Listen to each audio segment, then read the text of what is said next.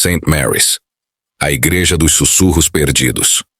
No gélido inverno de 1937, um reverendo solitário cruzou os campos enevoados de uma vila esquecida do interior da Inglaterra. Sua missão era simples: guiar as almas da pequena congregação de uma igreja erguida ainda no século XIV. Mas, ao atravessar suas portas de madeira carcomida, ele percebeu que não estava sozinho. Algo antigo e vigilante já o aguardava entre as sombras. Durante as 2 décadas seguintes, aquele templo de pedra tornou-se o palco de um tormento constante. O sagrado e o profano se entrelaçaram em noites em que vozes murmuravam entre os bancos vazios, objetos se moviam por vontade própria, e uma força invisível parecia respirar dentro das paredes. O reverendo e os poucos que ousavam acompanhá-lo testemunharam o impossível. Figuras humanas formadas de névoa sólida, capazes de tocar e até envolver os vivos num abraço gelado, mais próximo da morte que do consolo. A história que você está prestes a conhecer não é lenda, é registro. Uma narrativa arrancada das páginas de um diário que sobreviveu ao tempo, escrita por mãos trêmulas e olhos que viram o inimaginável. O condado de Essex, já famoso por seus bruxos e caçadores de feitiçaria, esconde entre suas colinas a vila de Lengueno, nome antigo para Colina Longa. Ali, à beira do rio Col, ergueu-se a igreja de São Maria, construída em pedra fria e fé vacilante. Era um lugar de celebrações e risos, até que a própria terra pareceu recusar a presença humana. Mesmo após sua demolição em 1962, quem caminha sobre o antigo terreno sente o ar se fechar pesado, como se algo ainda observasse. Os aldeões dizem que o sino invisível da velha torre ainda soa nas madrugadas sem lua. Mas tudo começou com ele, o reverendo Ernest Mary Eder, um homem robusto, gentil, nascido no norte que jamais acreditara em fantasmas, até ser escolhido por um deles. Recém-chegado a Lengueno, sem casa paroquial, hospedou-se a poucos quilômetros dali. Seu sorriso fácil e espírito generoso encantavam a todos, até que as primeiras noites na igreja lhe trouxeram um tipo de solidão que nenhum homem de fé poderia suportar. Em 20 de setembro de 1937, ele fez sua primeira anotação no diário. Há algo vivo aqui, e não pertence a este mundo. Foi apenas o começo de 22 anos de horrores que transformariam St. Mary's na igreja mais assombrada de toda a Inglaterra. Um local onde o tempo se partiu e os mortos encontraram voz. O eco da porta oeste. Era uma segunda-feira fria e imóvel. O reverendo Merriweather estava sozinho na velha igreja. O ar parecia suspenso. Nenhum sopro de vento, nenhuma folha se movia. Por isso ele deixara a porta oeste aberta, permitindo que o silêncio respirasse através das pedras antigas. Mas a calma foi quebrada por um estrondo violento, um golpe tão brutal que pareceu estremecer a alma do templo. A porta, que pendia preguiçosa, bateu como se 1000 mãos invisíveis a tivessem lançado com fúria. O som reverberou pelos vitrais e fez o chão tremer. Nenhuma rajada de vento poderia ter produzido aquilo.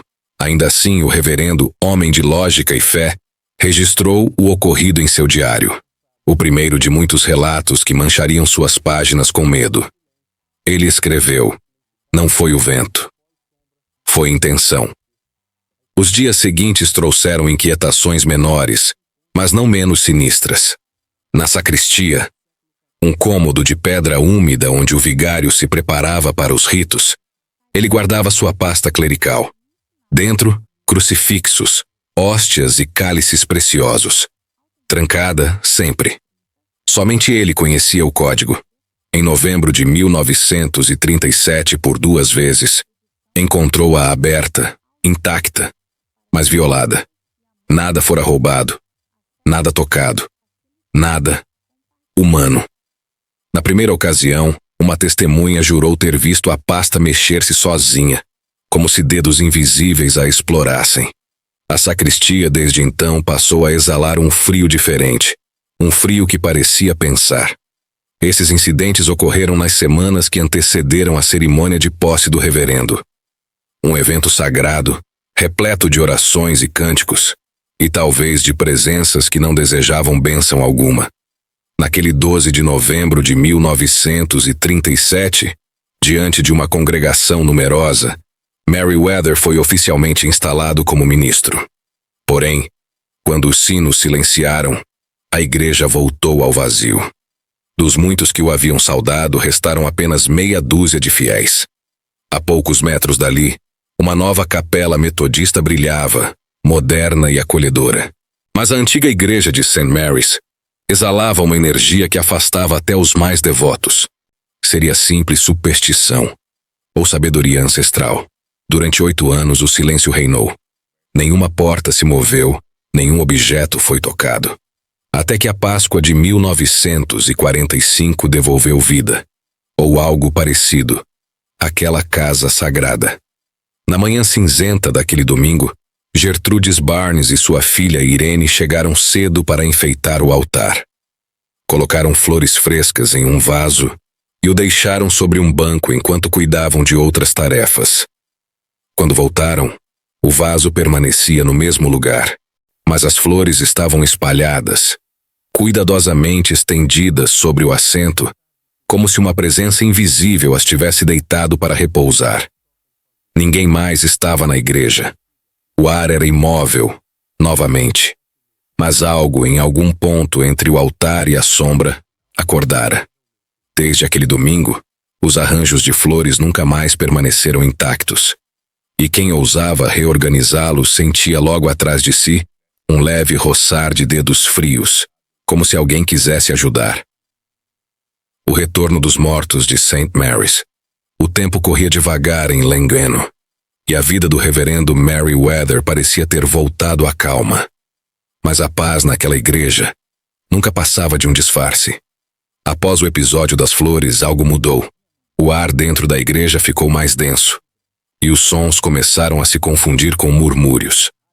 Portas rangiam sozinhas, os vitrais vibravam em dias sem vento, e durante as missas, o eco da própria voz do reverendo parecia responder atrasado, como se alguém o imitasse nas sombras.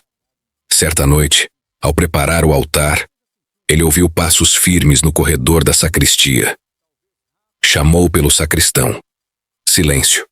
Chamou de novo. E então, a porta oeste se abriu com um estalo, apesar de estar trancada.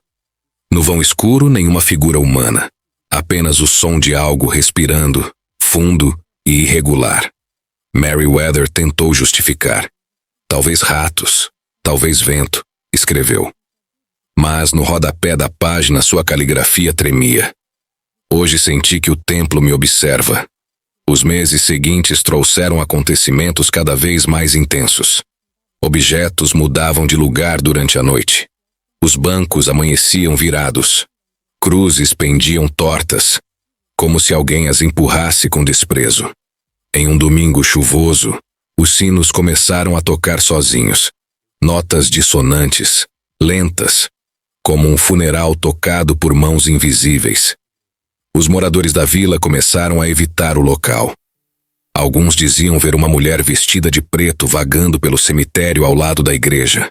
Outros falavam de vozes de crianças rindo na madrugada, seguidas por um silêncio absoluto. O reverendo, já abalado, decidiu buscar ajuda espiritual. Convidou um colega de outro condado, o padre Halbridge, para acompanhá-lo em uma vigília. Munidos de velas e orações, os 2 homens permaneceram a noite toda dentro da nave principal. Às 2h47 da manhã, o diário registra. O frio subiu do chão. As velas murcharam. Algo caminhava entre os bancos. Padre Halbridge relatou ter sentido uma mão pousar sobre seu ombro. Mas quando se virou, viu apenas o reverendo diante dele, pálido, imóvel, e com o olhar fixo atrás dele. No reflexo do vitral, por um instante, uma silhueta feminina pairava entre eles, sem rosto, mas com olhos que pareciam brilhar do avesso. A partir dessa noite, a saúde de Merriweather começou a definhar. Os sermões tornaram-se erráticos.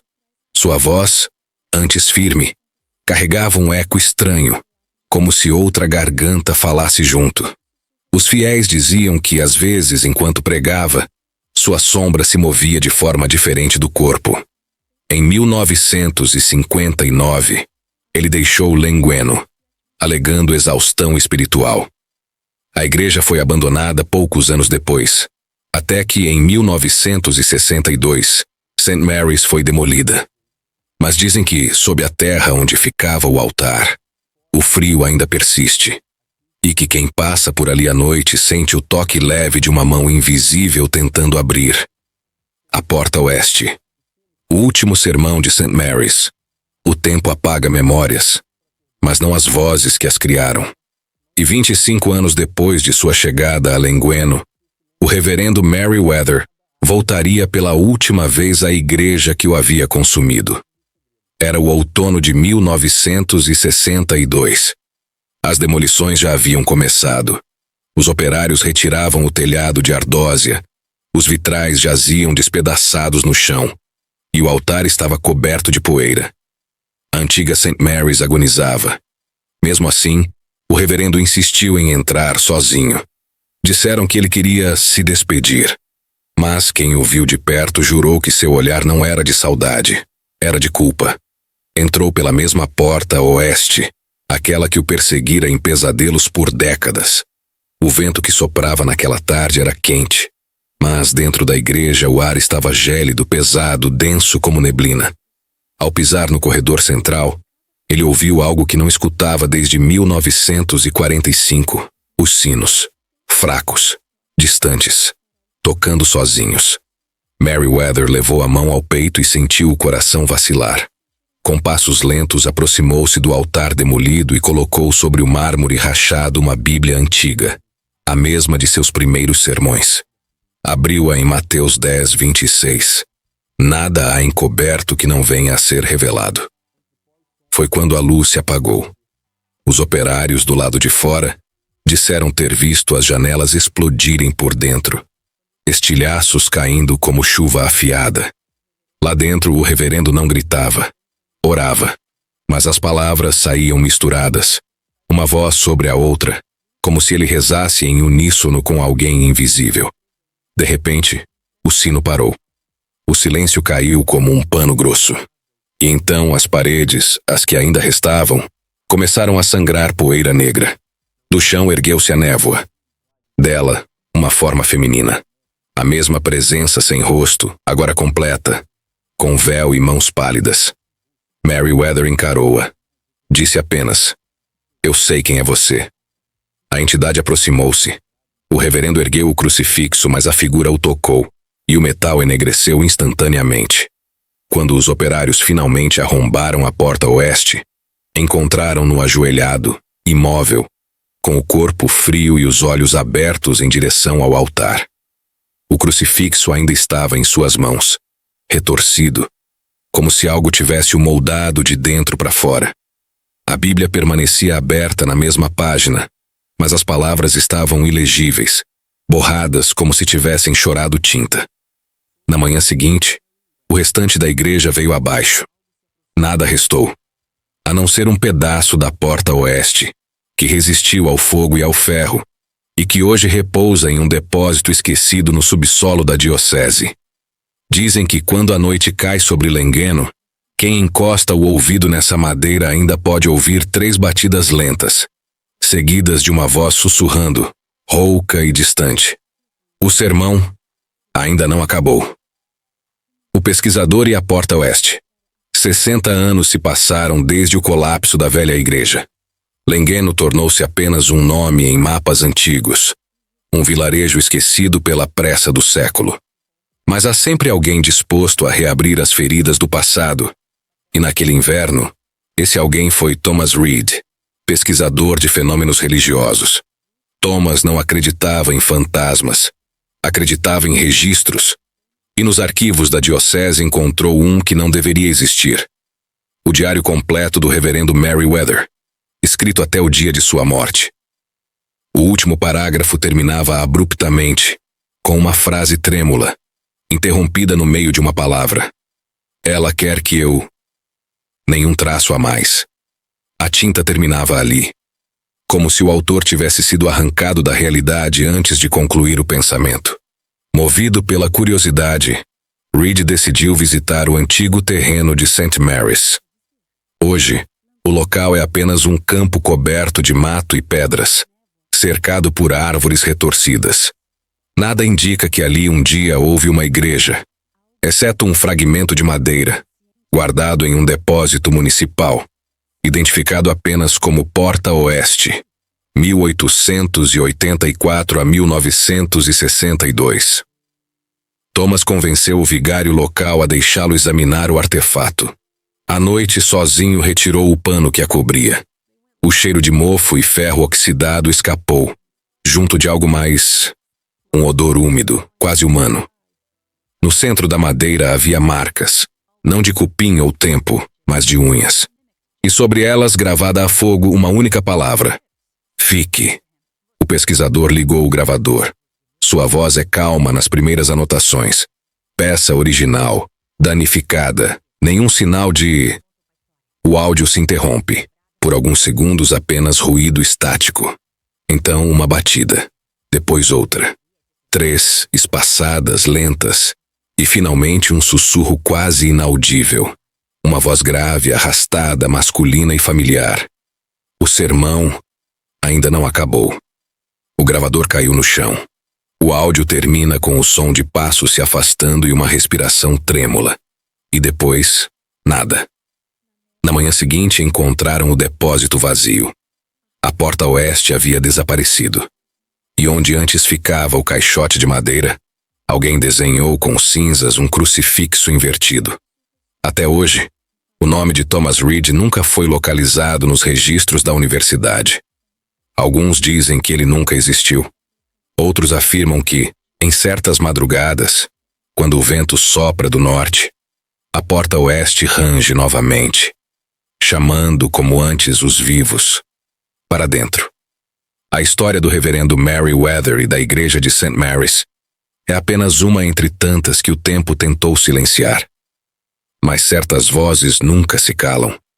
As paredes foram derrubadas, os sinos deixaram de tocar, e ainda assim, algo permanece de pé, invisível, à espera de quem ousar escutar.